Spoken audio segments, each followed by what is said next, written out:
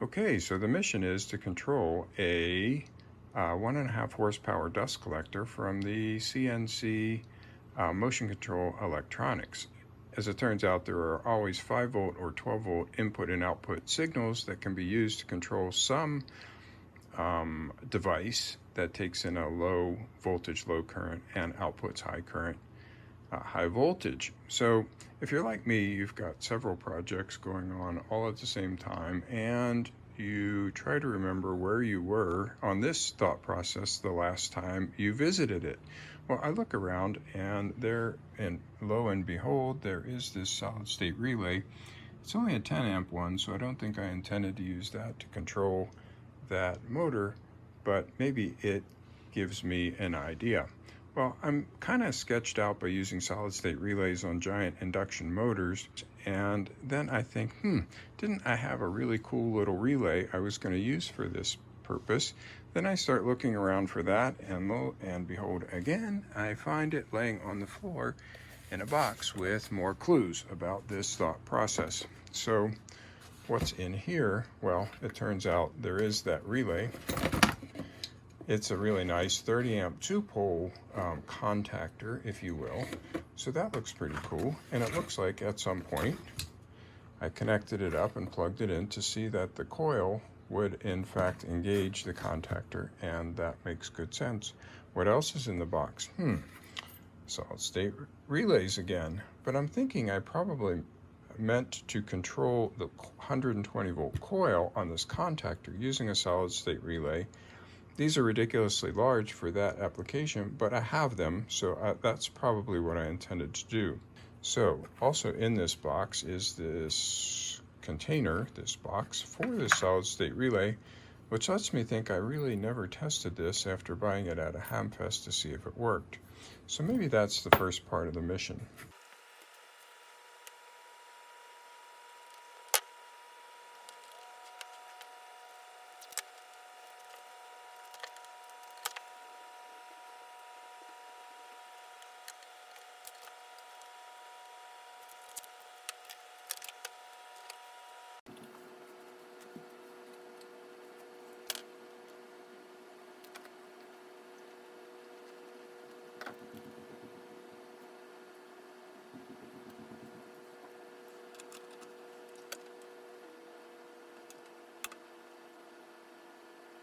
All right, well, as in most projects, I spared you all of the putsy hole drilling and mechanical bits, and I thought I would just start here.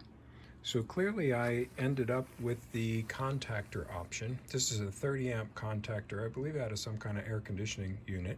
It's brand new for this project. And there is the wildly over-spec'd solid state relay that's going to just drive this coil.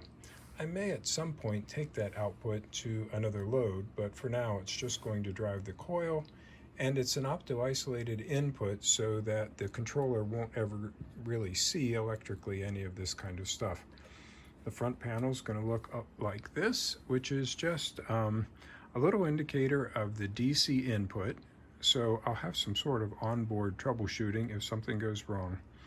I am going to fuse the link between the solid state relay and the coil in case the coil shorts or something like that. I may be able to save the solid state relay. And this is a 3-position toggle switch, so it will be on, off, and auto, and that's going to be in the 120 volt line between the solid state relay and the coil of that contactor.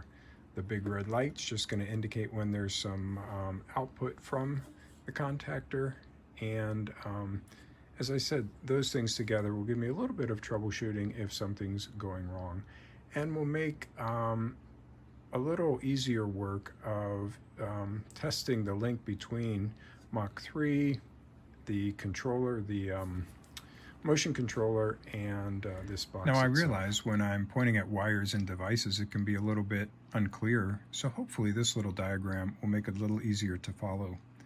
Before I dive in, I just wanted to highlight the relative sizes of currents and voltages that we're dealing with here. So down here in the lower right is the device we're trying to control. It's a dust collector, a 1.5 horsepower AC induction motor that draws 17 amps at 120 volts. That's a lot of power. We want to control that with a signal that's typical of computer output, 5 volts at about 10 milliamps. So you can see we have a problem both in terms of current and voltage, and this is DC and this is AC. So how do we overcome that challenge? We introduce a couple of devices. Very common when you want to control very large loads with relatively small signals, you introduce a relay. Now, big relays are sometimes called contactors, and they all operate the same, which is they have a coil of wire that, when energized, electromagnetically closes big contacts. The signal that's required for the coil is usually much smaller than that which you're trying to control. So that helps solve part of our problem, which is a small current controls a big current. But you can see, as indicated by this number, this is a 120 volt coil that we want to control with 5 volts.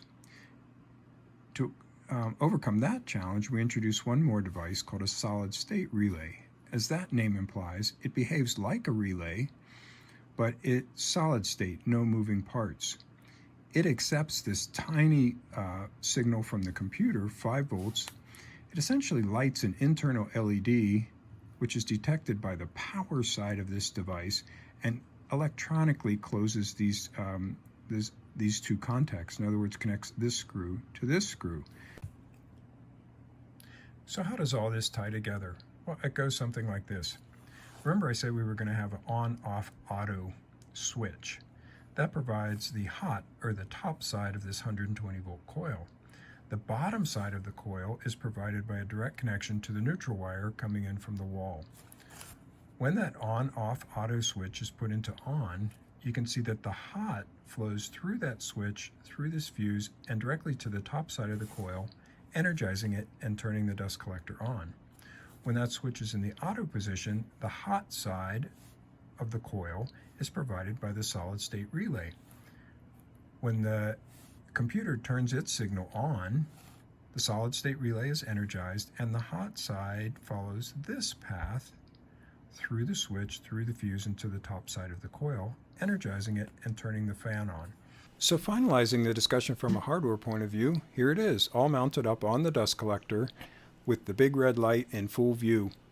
Many thanks to Zach, my buddy, who did all of the internal wiring.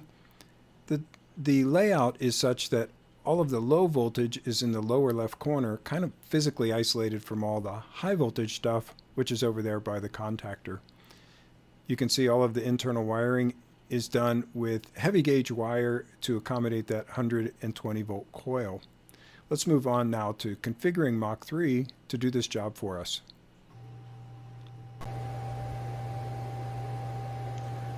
Configuring Mach 3 to control the dust collector was pretty straightforward.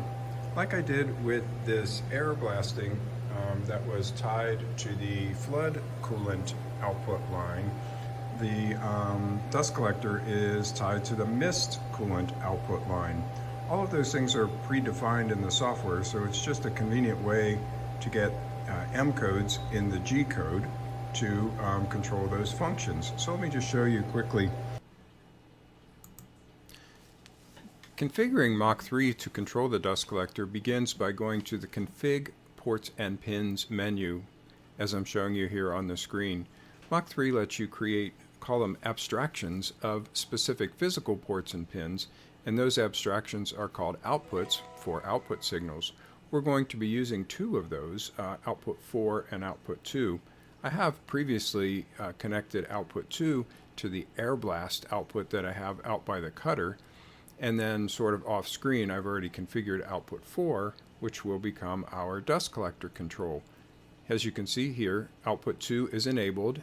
It's connected to the breakout board's port 2 pin number 16, and output 4, also enabled via the green check mark, is also in the physical same place on that breakout board, but pin 1. Having configured these outputs, these abstract outputs if you will, I can now go over to the actual functionality of Mach 3 on the Spindle Setup tab and connect it to real functionality that you see when you're actually programming the device to do some specific cutting. So M7. When an M7 is encountered in the G code, that will turn on our dust collector via what we just defined as output in air quotes 4. As I said previously and a while ago, I connected the flood output to the compressed air blaster that I have out by the cutter, and that's called, in air quotes, output 2. But again, that goes back to a physical pin 16 output 2 on the breakout board. So that's where I connect my wires. So let me just demonstrate that a little bit. I have to take it out of reset, but this button, for example, says flood control. And if I click that button, flood coolant, I should say, and if I click that button, you're going to hear, you can maybe hear the air blast start. I can hear it here. But that little click is the valve opening for the air blast out of the control. Similarly, if I go, I think it's diagnostics, there's one also for mist toggle here. So if I click that, you'll hear the dust collector start.